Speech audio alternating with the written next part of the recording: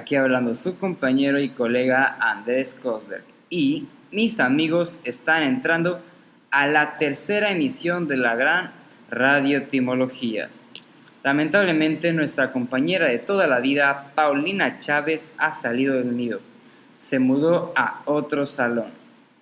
Ya sé, una desgracia, pero no os preocupéis, que aquí nos acompañará la brillantísima alumna que ya todos conocen, la gran Paula Bojorquez. Ella será nuestra compañera de emisión, pues a lo que queda del año. Pues acostúmbrense, ya que nos va a estar acompañando. ¿Cómo te está yendo hoy, Paula? ¿Estás estresada? Ni lo digas, compañero Cosco. ¿Cómo podría estar estresada con este proyecto tan gratificante? Me está yendo bastante bien, de hecho. E igualmente le quiero mandar un saludo a todos los bellos escuchas que nos acompañan en este podcast. Perfecto, me alegra oír eso. Yo, la verdad, no estoy nada estresado tampoco, ¿eh? Pienso igual que tú. Esta institución forma alumnos felices desde siempre y siempre nos divertiremos. Bueno, ¿cómo ves, Pau? ¿Empezamos con los temas? Seguro, Cos. Bueno, primero, para los que no sepan, que pues lo dudo porque ya leyeron el título del podcast, estaremos brindando bella información sobre el tema 3.1 de la materia de etimologías, más específicamente del tema raíces de uso frecuente de origen latino. ¿Y a qué se refiere esto? Bueno, empezaré por recordarles algo. No sé si se acuerdan de la unidad 2, pero en ese entonces se dio un tema muy pero muy importante. En esa unidad aprendimos qué es la declinación y cómo se declinan las palabras. Prácticamente la declinación pues son las pequeñas variaciones en una palabra que se pueden usar de muchas maneras. Estas variaciones pueden cambiar la relación con la que pues se usa la palabra, aunque tenga un significado fijo. Hay muchos tipos de declinaciones en el lenguaje latino. Estos son nominativo, que podría decirse que es como la declinación base de una palabra, no más para que sepas de qué estás hablando. El genitivo, de eso nos indica la procedencia de la palabra. El dativo podría decirse que afecta a la acción indirectamente. El ablativo es el complemento circunstancial y el vocativo para llamar a alguien dentro de la oración. Y bueno, ya que les reforcé la memoria, les voy a dar un enfoque. Pero ojo, estos son de otro tema en sí, ya que nos faltó una declinación muy importante, y ese es el caso del género, que nos indica si el sujeto es masculino, femenino o neutro. Y miren, chavos, lo interesante entra aquí, ya que si quitas la declinación de cualquier palabra, te quedas con un componente muy importante, la raíz. ¿Y qué podemos hacer con esta raíz tan bonita? Bueno, con esta raíz se puede, y escuchen esto con atención, puedes derivar y componer. Se viene otra explicación chincha. ¿Qué es la composición y la derivación? Bueno, compañeros, agárrense, que estamos juntos en esto, chavos. Miren, empezando por la raíz, es muy fácil. Simplemente, la raíz es la parte de la palabra que no cambia. A partir de una raíz, podemos formar palabras que son relacionadas con su significado. Es la base de cualquier palabra y, como dijimos, se obtienen quitando las declinaciones. ¿Ejemplos? Bueno, por ejemplo, camp, ¿no? La raíz camp la puedes derivar en campo, campesino, campero. ¿Y esto? ¿Derivar? ¿Qué es exactamente? Bueno, la derivación es cuando cambias el significado de una palabra agregando por medio de sufijos o prefijos que se añaden a la raíz. Y estos también se les agrega una idea determinada. Estos pueden ser primarios, o sea, inmediatos, que es cuando el sufijo se le añade una palabra primitiva, que es aquella que consta únicamente con un lexema o raíz, pero también existen los secundarios. Estos son cuando el sufijo se añade a una palabra derivada. A ver, ejemplos de derivación. Bueno, pues amor, por ejemplo, se deriva en amorío o amoroso. Antiguo en antigüedad, antiquísimo. Hay muchas más variaciones de estas que se pueden dar, ya que las palabras se clasifican por su origen y hay cientos de estas y de origen diferente, ya sea ibéricos, germánicos, griegos, latinos, árabes y entre muchos otros más.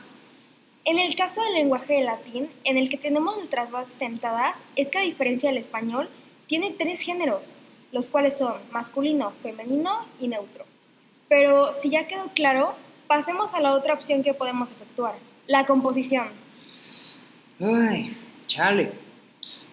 siempre explicaciones tan claras y precisas, la verdad. Porque pues sí es un tema algo complejo, se podría decir, o más de complejo si obviamente no tienes tanta información antes de saber esto, pero al final sí es fácil de entender y con explicaciones tan claras, pues mejor.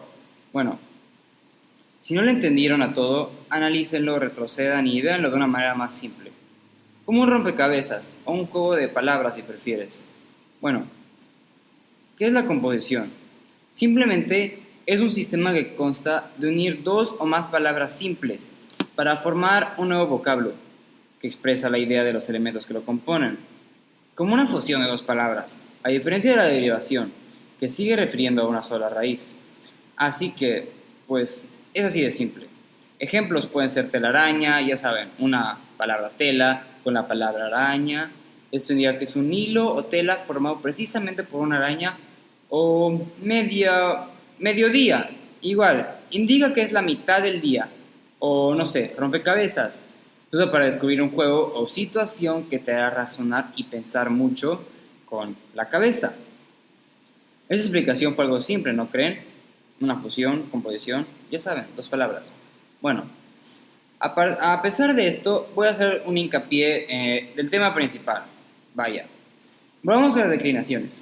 Y es que una pequeña curiosidad es que las palabras directamente latinas, o sea, del idioma latín ya, del antiguo, se pueden componer con sus sustantivos usando las 5 declinaciones. Lo vemos muchos en pues, términos más intelectuales o en diccionarios. Voy a decir ejemplos y luego le explico qué onda con los ejemplos. Por ejemplo, dominus o domini, bellum, belli, eso significa guerra, o tempus, temporis, obviamente tiempo. Estas palabras tienen el mismo sustantivo, significan lo mismo, solo que el cambio de declinación hace, como ya explicamos en la primera, o sea, la primera palabra de las dos que dijimos, con la misma raíz, la primera de esa es nominativa y la otra es genitiva. Esto depende a la descripción como explicamos al inicio de la declinación. Son diferentes situaciones. Esto se practica con el método Rivas, eso de transformar o españolizar las palabras latinas utilizando esos sustantivos. Esto del método Rivas lo que hace es transformar una frase de griego a latín, toma los sustantivos de las dos palabras de la frase y usas para formar palabras en otro idioma. En nuestro caso, obviamente, como ya dije, el español. Simplemente la declinación del nominativo y genitivo cambia si la palabra es descrita. Ya saben, como la palabra básica con un artículo que indica que es nominativo, o sea, si la palabra es la caja del zapatero, la caja sería nominativo y del zapatero sería descriptivo. El del, esa es la clave para hacerlo genitivo. Y esa es la clave de todo el método Rivas. Ok, gracias, Cos.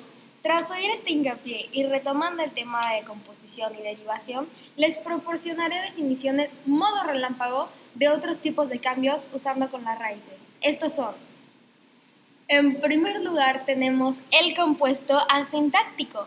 Hablamos de compuesto asintáctico porque se le da un pequeño cambio morfológico a las raíces. Esto con el fin de facilitar la composición en términos fonéticos y morfológicos. Después tenemos la composición sintáctica. Es en la que si no hay un cambio morfológico en las raíces que componen una palabra, dicha palabra compuesta se le llama sintáctico. Luego tenemos la flexión sintáctica, que esa es la nominal. Dentro de la misma palabra, en las últimas letras, anunciamos los accidentes gramaticales. Es aquella en la que la duplicación de palabras ocurre a partir de sufijos que se agregan a una raíz. Y luego, por último, pero no menos importante, tenemos la flexión analítica, es decir, la flexión verbal. Esta ocurre a partir de agregar otras palabras que cambian el sentido de la palabra base. Por eso es una base lexical. La diferencia de la flexión sintética es que esta requiere de palabras adicionales para lograr esta flexión. Bueno, después de toda esta explicación tan detallada, tan buena, tan clara que les dimos, espero que se hayan quedado con algo, que hayan entendido. Y pues ya no hay nada más que decir. Es un tema muy interesante, la verdad, que si lo analizas bien, puedes llegar a entenderlo con facilidad. Aquí nos despedimos ya. Los vemos luego en el siguiente trimestre. Muchísimas gracias por escuchar, la verdad, escuchas, que se tome su tiempo para estudiar aquí en Radio Tecnologías.